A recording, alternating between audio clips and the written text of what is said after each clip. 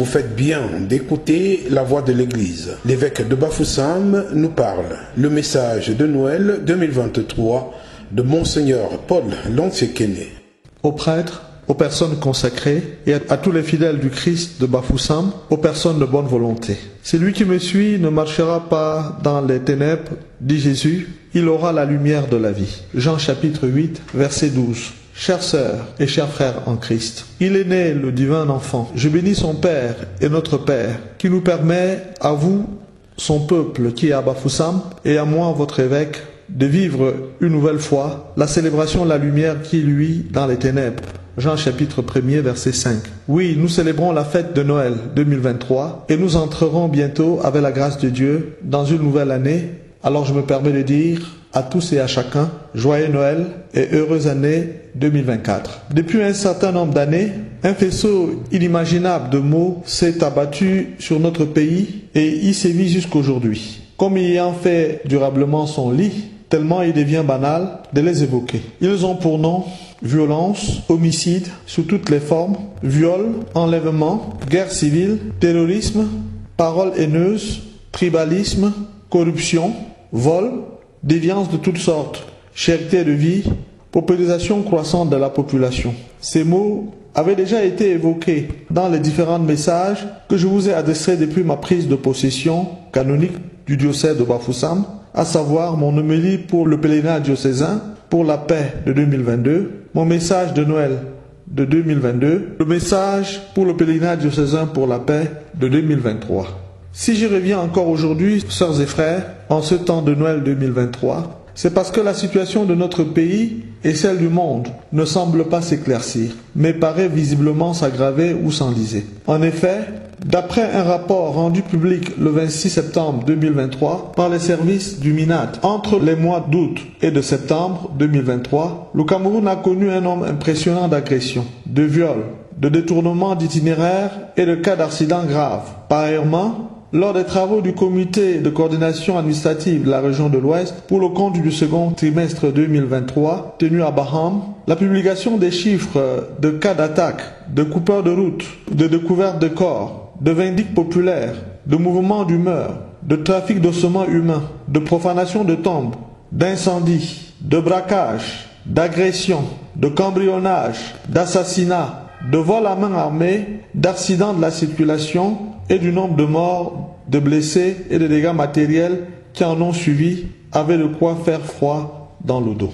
Est-il encore besoin de revenir sur la guerre dans le Nozo avec ses milliers de morts dont les chiffres ne cessent de s'alourdir et qui va d'horreur en horreur, comme en témoignent les récentes barbaries d'incendies de maisons et d'immolations par le feu de personnes vivantes et des familles entières dans la nuit du 5 au 6 novembre dernier, dans la zone de Manfé, où l'élimination sauvage et inhumaine du frère Cyprien Gué, le 7 novembre 2023, dans la région du Nord-Ouest. Nous avons aussi le cas d'attaque du village Bamignam, dans l'arrondissement de Galim, dans le doyenné de Bouddha, dans la paroisse de Galim, la paroisse Saint-Simon de Galim, aux premières heures du mardi 21 novembre, au cours de laquelle au moins 9 personnes ont trouvé la mort. En ce temps de Noël, dans le sillage duquel nous célébrons la Sainte Famille, je voudrais pointer du doigt le fléau des rivalités familiales, des frères et sœurs qui s'entre-déchirent pour les biens matériels, au point de tourner le dos à la solidarité familiale, des membres d'une même famille incapables de s'entendre pour soigner l'un d'entre eux, mais promptes à rivaliser de millions de francs pour l'enterrer. C'est honteux frères et sœurs, que nous soyons prompts à célébrer la mort par le boire et le manger qu'à célébrer la vie. L'enfant peut-il naître et demeurer chez nous dans ces conditions? Les chrétiens doivent se poser cette question. En pensant à la pureté de l'amour conjugal de Joseph et de Marie, comment ne pas penser à l'antithèse de cet amour que nous voyons dans les violences conjugales? L'opinion nationale a été outrée par le cas récent de cette enseignante à Douala, morte sous les coups de son époux en plein hôpital. Et ce cas faisait suite à d'autres cas d'épouses mutilées par leurs conjoints. Quelle honte! Je voudrais aussi dénoncer le mal de la pensée magico-superstitieuse, qui est une perversion du véritable sens religieux et qui est cause de la propension aux accusations de sorcellerie ici et là, même au milieu des chrétiens. Croyons-nous en Jésus ou au marabout, au Messie ou aux vendeurs d'illusions du coin? Sachons que ces marabouts sont les adeptes du prince du monde, le monde des ténèbres. Eux qui prétendent de leurs ténèbres vous donner la lumière. Sœurs et frères, seul le Christ est la lumière du monde. Et il nous fait chanter: je suis la lumière éternelle, je suis la lumière du monde. C'est lui qui me suit, ne sera jamais dans le noir, mais il aura la lumière éternelle de Dieu. C'est le Christ qui est la lumière. Chantons-le, disons-le vraiment. Il est la lumière du chrétien et la lumière du monde. Jean chapitre 8, verset 12. Et au plan économique, il m'est pénible de devoir constater que ce que j'avais dit et annoncé dans mon message de Noël de l'année 2022 sur la situation économique de notre pays s'est confirmé et reste valable, à savoir, je cite, une situation économique de plus en plus difficile, caractérisée par une hausse vertigineuse des prix, et l'on nous annonce que les choses vont aller en s'aggravant, s'ajoutant aux problèmes déjà existants, de la rareté et de la précarité des emplois, et de plus en plus des citoyens vont sombrer et demeurer dans la pauvreté. Fin de citation. Nous apprenons que les institutions financières internationales font pression pour qu'il y ait encore une augmentation des prix des ressources de base. On nous annonce aussi un élargissement de l'assiette fiscale qui va s'étendre et faire que les corps sociaux et les activités jusqu'ici exemptes d'impôts seront désormais fiscalisés. Même les institutions ecclésiales à caractère social comme l'Église, les diocèses, les paroisses, reconnus pour leur rôle social irremplaçable, feront dorénavant, à en croire ce qui est écrit et ce qui est dit, dès l'année 2024, l'objet d'un suivi fiscal, si ce n'est pas encore le cas. Pourquoi tous ces mots? Au-delà des explications humaines, politiques, économiques et sociologiques qu'on peut leur trouver, notre foi y voit l'action du prince des ténèbres. Lors du pèlerinage diocésain pour la paix au Cameroun du 14 août dernier, je vous demandais, frères et sœurs, de ne pas vous leurrer au sujet du monde des ténèbres qui existe bel et bien. Son maître, le diable, continue d'engouffrer des hommes et des femmes de cette terre dans les labyrinthes du mal. L'attestation du prince de ce monde des ténèbres est faite dans les Écritures saintes et il suffit de les parcourir pour découvrir les différents noms très évocateurs qui lui sont donnés. Serpent, Genèse chapitre 3 verset 1 à 14. Tentateur, Matthieu chapitre 4 verset 3, 1 Thessaloniciens chapitre 3 verset 5, le dragon, le livre de Néhémie au chapitre 2 verset 13, le livre de Job chapitre 7 verset 12, Isaïe chapitre 14 verset 29. L'ange la lumière déguisée, 2 Corinthiens chapitre 11 verset 14. Le lion rugissant, 1 Pierre chapitre 5 verset 8, et j'en passe. Son action est patente et on nous en prévient dans les Écritures. Il suffit de relire Genèse chapitre 3, Apocalypse chapitre 12, etc. Satan et les autres démons, alors qu'ils étaient des anges créés bons par Dieu, ont refusé Dieu et son règne, donnant ainsi naissance à l'enfer. Ils tentent d'associer l'homme à leur rébellion contre Dieu, mais Dieu affirme dans le Christ sa victoire assurée sur le malin. Confère Catéchisme de l'Église catholique, numéro 74. Ce sont les œuvres des ténèbres, les œuvres de ce prince, que la lumière de Dieu est venue à Noël, chasser de la vie et de la société humaine. Le Fils de Dieu, qui s'est fait l'un de nous à Noël, est la lumière que les ténèbres du malin ne peuvent étouffer. Jean chapitre 12, verset 46. Voilà pourquoi le Seigneur nous invite à le suivre. Il dit ceci dans Jean chapitre 8, verset 12. Moi je suis la lumière du monde. Celui qui me suit ne marchera pas dans les ténèbres, il aura la lumière de la vie. Fin de citation.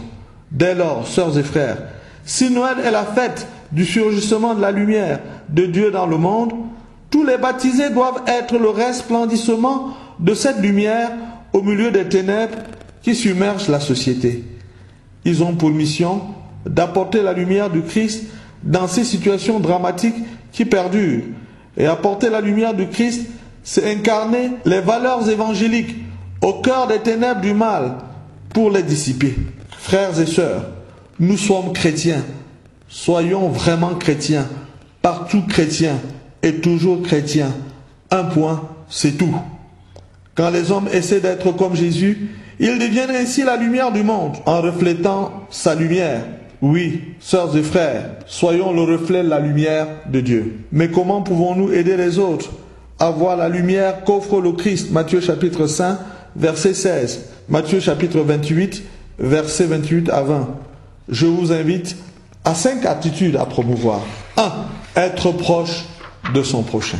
Soyons proches de notre prochain comme Dieu s'est approché de nous en devenant l'un de nous, l'enfant Noël. Voilà l'archétype de la proximité. L'enfant Noël s'est fait proche de nous. À ce sujet, rappelons-nous que le Messie vient à Noël délivrer les captifs que nous sommes. Ayons donc le souci de nous rendre proches de ces captifs que sont les prisonniers. Je demande à cet effet que dans la planification des activités des paroisses, de toutes les paroisses du diocèse de Bafoussam qui ont une prison sur leur territoire, que la visite aux prisonniers par le curé et les paroissiens soit automatiquement insérée dans la tâche pastorale à poursuivre. En visitant les prisonniers, nous écrivons en lettres d'or une page d'or sur notre vie selon l'esprit de l'évangile. 2. Partager l'évangile. Si j'annonce l'évangile, dit Paul, il n'y a pour moi aucun motif de fierté, car c'est une nécessité qui s'impose à moi. Et le malheur à moi si je ne le fais pas. 1 Corinthiens chapitre 9, verset 16. N'ayons pas honte de la lumière. Partageons le Christ. Partageons l'évangile. Partageons le pain de la parole. Et accueillir nos frères qui nous rendent visite en lisant avec eux un passage de l'évangile. Par le Seigneur nous aidera à cette fin. Le Nouveau Testament pourrait nous aider. La Bible aussi. Par nos actes et notre attitude, soyons l'expression vivante. Soyons l'évangile ouvert au cœur de ce monde. 3. Éviter les mauvaises œuvres, les mauvais témoignages, les attitudes répugnantes. Nous devons nous conduire honnêtement comme on le fait en plein jour. En effet, celui qui fait le mal déteste la lumière, de peur que ses œuvres ne soient dénoncées. Au contraire, celui qui est dans la vérité et fait le bien vient à la lumière. Jean chapitre 3, versets 20 à 21. Aussi bien dans l'église qu'en dehors de l'église, agissons en ayant conscience d'être constamment sous le regard de Dieu. 1 Thessaloniciens chapitre 4, verset 12. Jésus a dit à ceux qui se trouvaient dans le temple qu'il faisait toujours ce qui était agréable à son Père. Jean chapitre 8, verset 29. Engageons-nous davantage à faire des choses qui soient agréables à notre Père du ciel, en refusant d'être auteur de violence sous toute forme, en refusant d'être auteur du mal sous quelque forme que ce soit, en refusant d'être ne serait-ce que complice de la mort ou du malheur d'un être humain. 4. Savoir filtrer ce qui a accès à nous, précisément parce que nous sommes lumière dans le Christ et que nous devons marcher en enfant de lumière. La fête de Noël nous invite à tamiser tout ce qui cherche à entrer en nous pour nous assurer qu'il ne s'y trouve rien qui puisse y éteindre la lumière de Dieu. Filtrons musique, films, livres, internet, fréquentation, etc. pour rester toujours et partout lumière du monde. 5. Sœurs et frères, ne pas se déconnecter de Dieu. Le numéro de téléphone de Dieu, c'est l'amour. Dieu est amour. 1 Jean chapitre 4 verset 8. Dieu est amour. Le clavier de ce téléphone, c'est la prière portée par la charité en acte. Jean chapitre 4 verset 12. La nouveauté évangélique a, entre autres choses, été l'unification des 2 commandements déjà présents dans la loi. L'amour de Dieu et l'amour du prochain. Deutéronome chapitre 6 verset 5, Lévitique chapitre 19 verset 18. Dans leur unité, ces 2 commandements résument toute la loi et les prophètes. Et il n'y a pas de plus grand commandement que ces 2 réunis. Marc chapitre 12 verset 31. Aussi peut-on retenir que l'amour du prochain est la mesure infaillible de l'amour de Dieu. Que notre lumière luise ainsi devant les hommes, afin qu'ils voient vos bonnes œuvres et qu'ils glorifient votre Père qui est dans les cieux. Matthieu chapitre 5, verset 16, Jean chapitre 8, verset 12. Oui, que votre lumière luise devant les hommes, sœurs et frères, car l'amour de Dieu jamais ne passera. L'amour jamais ne passera. L'amour demeurera. L'amour, la charité jamais ne passera. Car Dieu est amour. Que Marie, Notre-Dame de Doumélan, nous donne ses yeux pour contempler son Fils avec foi. Qu'elle nous donne son cœur pour adorer avec amour et le reconnaître dans le pauvre et le faible.